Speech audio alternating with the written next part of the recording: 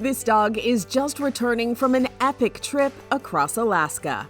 Nanuq is a year-old Australian Shepherd. His human family was visiting friends when he got out with another dog named Starlight. Starlight returned after a couple of weeks, but Nanuq was nowhere to be found. A month after Nanuq's disappearance, the family received pictures of a dog that they knew right away was theirs. Only he was 166 miles away, across miles of sea ice.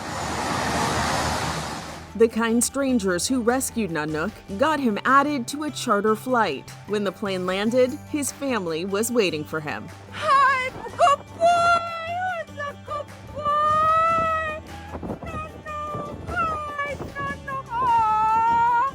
No one is sure how Nanuq got so far away, and as for now, he's not telling. Nanuq boy! This is Inside Edition Digital.